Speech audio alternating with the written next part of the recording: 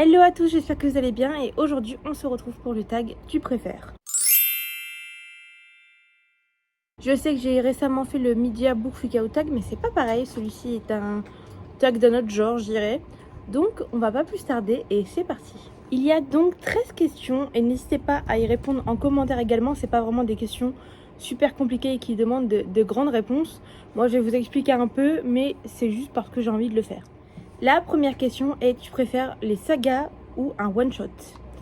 Je préfère personnellement, clairement, les sagas. Je trouve qu'un one-shot, si on a bien aimé l'univers, c'est dommage qu'on ne puisse pas avoir une suite. Même si les one-shots, c'est cool aussi de se dire qu'on n'a qu'un tome à lire. Mais c'est vrai qu'en général, je préfère les sagas. Je trouve que par exemple, une saga de 3 tomes, c'est parfait. Ou même une duologie. Parfois, ça permet de mettre un petit peu plus d'informations et tout dans les livres. Donc j'adore ça. J'ai changé de case car malheureusement il y avait trop de vent dehors et du coup ça faisait beaucoup de bruit, mais c'est pas grave, on va continuer la vidéo ici. Si tu préfères donc les auteurs féminins ou les auteurs masculins? Ce serait vraiment hypocrite de ma part de dire masculin parce que je n'en lis que très peu. Je pense que j'ai lu Mathieu Guibé, j'ai dû lire Victor Dixon. Je regarde un peu dans mes livres, mais il me semble que c'est tout. Parce que quasiment tous les livres que je lis sont des auteurs féminins. Et c'est une manière pour moi de les soutenir, parce que c'est vrai que dans beaucoup de domaines, les femmes ne sont pas mises en avant de la même manière. Donc, puis même en général, je trouve que les romans écrits par des femmes me correspondent mieux. Mais je ne suis pas contre de découvrir des romans écrits par des hommes. Et peut-être qu'à l'avenir, ça se fera un petit peu plus, mais c'est vrai qu'en général, je ne regarde pas trop le sexe de la personne qui écrit, mais je me tourne la plupart du temps vers des femmes.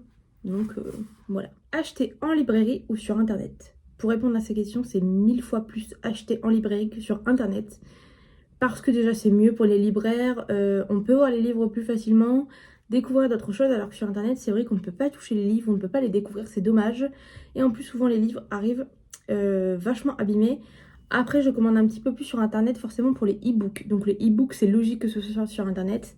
Mais les livres physiques je préfère en librairie en fait. Même si souvent quand c'est de l'occasion je les achète sur Vinted, mais c'est parce que c'est beaucoup plus avantageux. Et souvent je ne trouve pas forcément mon bonheur dans les boutiques de seconde main que j'ai près de chez moi. C'est souvent des vieux livres ou des livres qui sont un peu abîmés, même si ça m'est déjà arrivé de trouver pas mal de pépites. Devenir chroniqueur ou écrivain? J'ai beaucoup réfléchi à cette question pour la simple et bonne raison que mon rêve est de un jour pouvoir publier des livres et de devenir écrivain ou auteur, comme vous voulez. Mais j'aime beaucoup aussi le fait de parler de mes livres, donc c'est un peu problématique. Et honnêtement, je trouve que c'est une question assez compliquée. Mais je dirais quand même écrivain, parce que dans tous les cas, quand on est auteur ou écrivain, on fait pas mal de, pas de chroniques, mais plus de recommandations, et les gens nous écoutent. Donc au final, est-ce que écrivain, ce n'est pas devenir un peu chroniqueur également? Donc je dirais écrivain. Celle-là aussi est difficile, relire tes 20 livres favoris en boucle ou uniquement de nouveaux livres. Alors j'aurais eu tendance à dire mes 20 livres préférés, mais le problème est que je trouve que la lecture, de la relecture souvent de livres favoris, ça n'a pas la même saveur que la première fois qu'on l'a lu. Donc j'aurais plus tendance à dire uniquement des nouveaux livres, parce que c'est une envie en moi de découvrir beaucoup de livres. Et donc, même si ça m'arrive souvent de relire des livres, c'est que je sais qu'entre guillemets, ça va pas me prendre trop de temps. Donc je me dis que vaut mieux essayer de chercher de nouveaux coups de cœur et de savoir qu'on les a, et de toujours être à la recherche de nouveaux livres, même si parfois on est un peu déçu, et de découvrir un panel d'histoires qui est quand même énorme, alors que relire tout le temps les mêmes livres, même si c'est nos favoris, je pense qu'au bout d'un moment, c'est lassant. Lire des livres uniquement de ton genre préféré, ou tout sauf ton genre préféré. Clairement, je préférais ne lire que des livres de mon genre préféré. En plus, j'ai pas vraiment de genre préféré, je dirais peut-être la romance, mais je suis pas certaine. Mais je ne pourrais pas lire tous les genres sauf mon genre préféré, ça n'a pas de sens. Même si maintenant c'est vrai que les genres se mélangent beaucoup et qu'on peut avoir une romance mélangée avec de la fantasy, etc. Et qu'il n'y a plus trop ce truc de genre à proprement parler. Mais je déciderai quand même de lire uniquement mon genre préféré, je pense. Parce que devoir lire des genres que je n'aime pas forcément, c'est moyen. Tu préfères les livres papier ou les e-books? Alors, je sais pas à quoi répondre à cette question parce que j'aime autant les deux.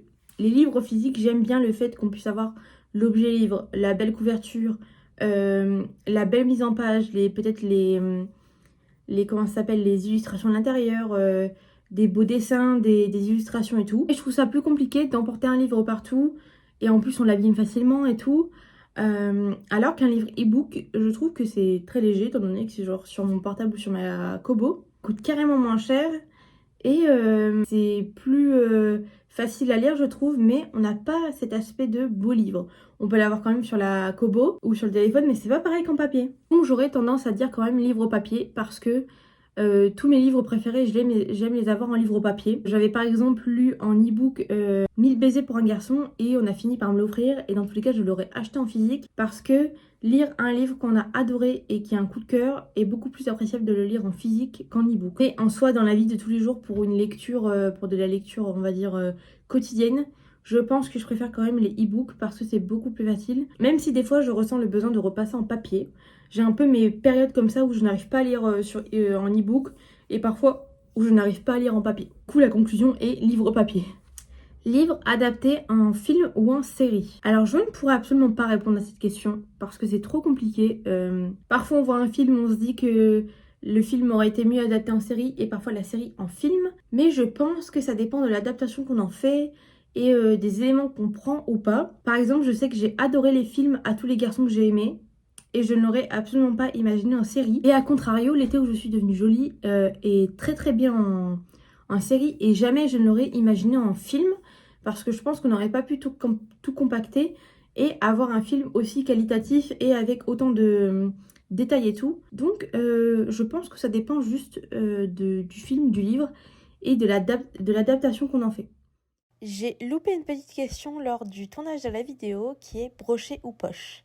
Alors pour moi la question ne se pose absolument pas, je préfère largement les poches parce que je trouve que c'est beaucoup plus pratique à emporter partout, c'est moins cher, c'est plus petit, ça prend moins de place et je trouve qu'ils peuvent être tout aussi jolis qu'un brochet. Maintenant on est bien d'accord que les brochets ça a l'avantage d'être plus simple à lire parce que les écritures peuvent être plus grandes et clairement il y a des éditions reliées en brochet qui sont vraiment magnifiques et j'ai beaucoup de brochets moi-même parce que le problème des poches c'est que souvent il faut attendre la sortie et que c'est un peu long mais j'ai attendu pour beaucoup de livres que ça sorte en poche pour pouvoir les lire parce que je ne sais pas pourquoi j'ai une attache avec les poches qui est spéciale et j'adore ça. Cornet à page ou utiliser un marque-page et il n'y a pas de meilleure réponse à cette question qu'un marque-page les gars. Pourquoi corner la page alors que j'ai 20 000 marque-pages chez moi? Ça m'arrive très rarement de corner mes pages ou alors on a toujours un petit truc qui traîne pour glisser dans son livre. Que ce soit une étiquette, un ticket de caisse ou bien même un bout de papier. Pourquoi corner sa page alors qu'on a 20 000 trucs qui pourraient aller dans notre livre? Clairement. Lire un seul livre à la fois ou plusieurs. J'aurais aimé 100 fois vous dire lire un seul livre à la fois, mais j'en suis incapable. Je ne sais pas pourquoi, je lis toujours 3-4 livres en même temps. Là actuellement j'en suis sur 2 en même temps, vu que je viens d'en finir un, donc ça va, ça s'équilibre. Mais je suis incapable de lire un livre à la fois. Et à chaque fois que je me dis que je vais essayer, je mets mon livre en pause et j'en commence un autre et j'alterne entre les deux. Donc impossible pour moi de lire un livre à la fois, même si ça me chagrine un peu parce que du coup j'ai l'impression que mes lectures sont plus longues entre guillemets. Dévorer une saga ou espacer sa lecture.